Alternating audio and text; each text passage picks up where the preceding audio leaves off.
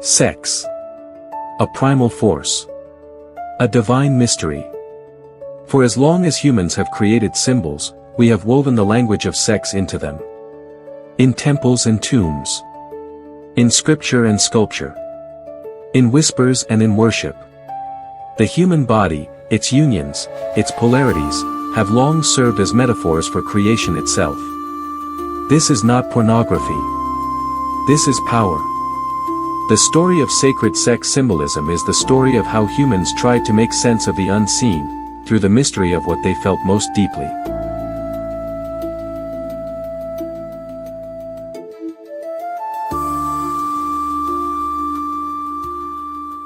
Before gods of war and thunder, there were gods, and goddesses, of fertility.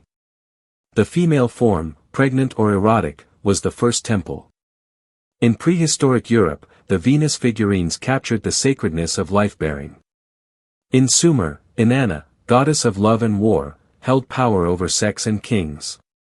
In Egypt, Isis resurrected Osiris with magical lovemaking. In India, the yoni and lingam represented not just sex, but cosmic unity. These weren't just sexual symbols. They were sacred codes, connecting desire to divinity, and reproduction to cosmic balance.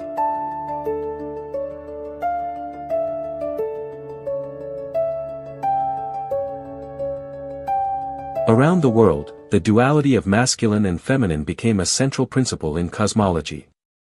Not just male and female, but active and passive, sun and moon, sky and earth. In Hindu Tantra, Shiva is pure consciousness. Shakti is dynamic energy. Their union. Creation. In Taoism, Yin is the womb, the mystery, the moist and dark. Yang is the spark, the dry, the thrust. These energies exist in all people, and in every spiritual system that sees the world not as opposition, but as intercourse.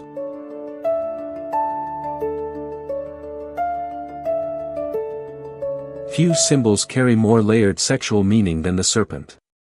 In Eden, the serpent whispers in Eve's ear, coiled beside the tree of knowledge.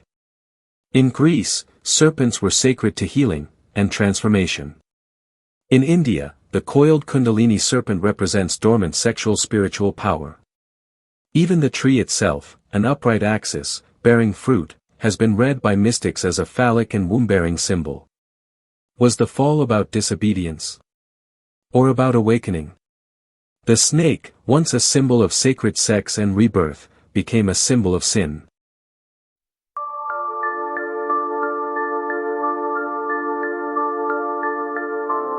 In the ancient world, sex wasn't sin, it was ritual. In Sumer and Babylon, sacred prostitutes served the goddess Inanna. Sex was an offering, an act of cosmic communion. These women were not shamed. They were priestesses. They embodied the goddess herself. In India, the Devadasi offered dance and intimacy to the gods of the temple.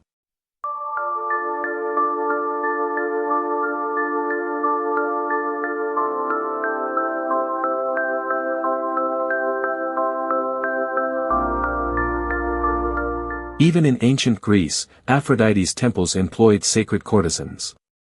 These practices were rooted in a belief that divine energy flowed through desire, that the body was a bridge, not a barrier.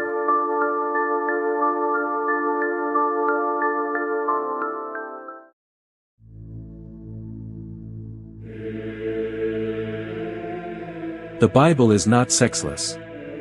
In the Old Testament's Song of Songs, we find unashamed erotic poetry. Let him kiss me with the kisses of his mouth, your breasts are like two fawns.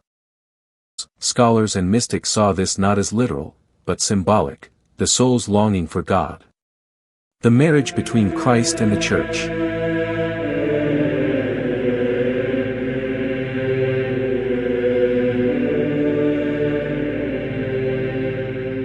But others, like the Gnostics, read deeper. In texts hidden for centuries, like the Gospel of Philip, sexuality was sacrament. Mary Magdalene appears not just as disciple, but as intimate partner to Christ. The kiss is a spiritual initiation. The bridal chamber is a gateway to union with the divine. These weren't heresies, they were alternate revelations. And they scared the rising church.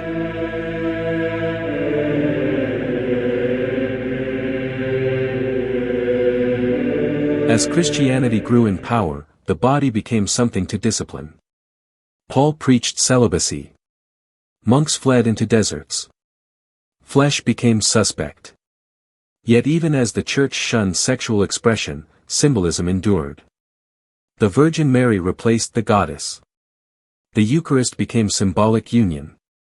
The crucifix, Christ's exposed body, pierced and bleeding, remained strangely erotic.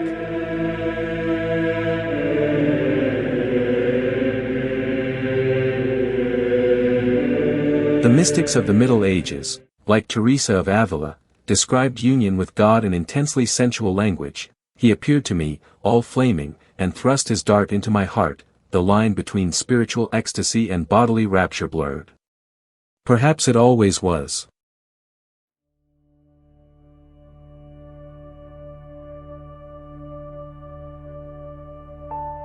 Alchemy was never just about turning lead to gold.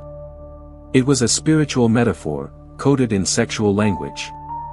The union of sulfur and mercury, sun and moon, red and white, these were symbols of the sacred marriage.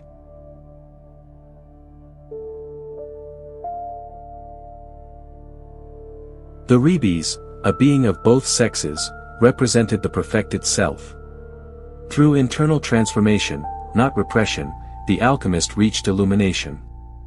This idea was echoed in secret teachings across centuries, the fusion of polarities. The integration of shadow and light. The marriage of the inner male and female.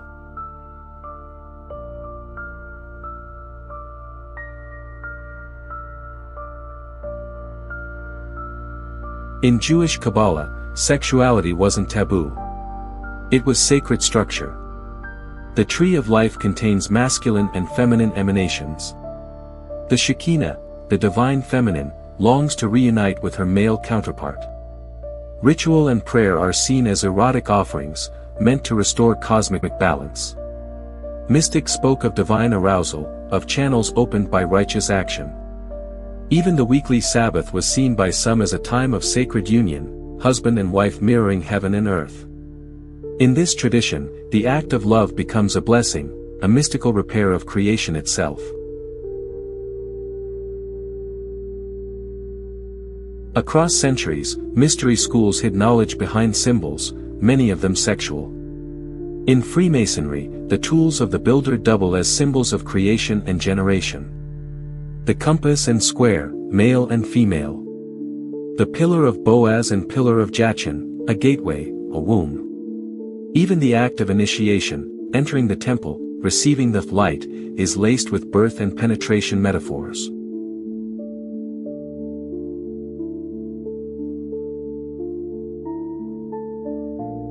In Rosicrucianism, the sacred rose, vulva, is hidden within the cross, phallus.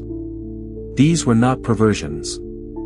These were ritual encodings of cosmic truths, that all transformation is birthed through union.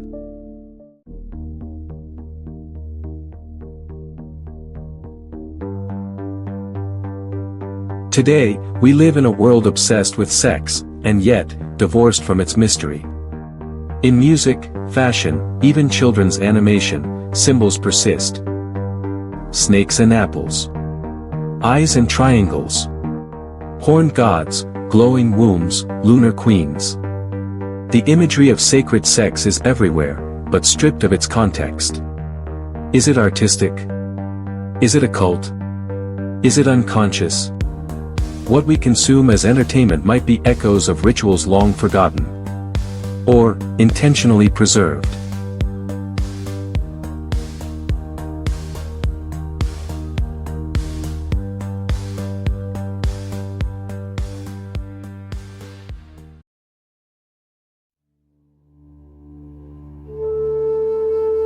But the tide is turning. Around the world, seekers are rediscovering sacred sexuality, not as fantasy, but as initiation.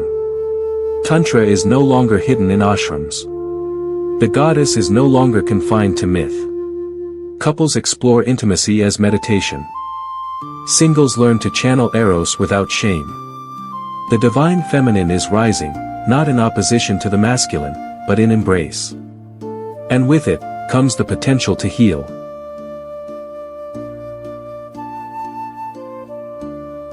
For centuries, the body was called impure. Sex was sin. Desire was danger. But the truth hidden in temples, scrolls, and mystery schools says otherwise. The body is a temple. Desire is a compass. Union is divine. Whether you follow a god, a goddess, or the cosmos itself, the message is the same: you are not divided. Your pleasure, your pain, your longing, they are all part of the sacred path.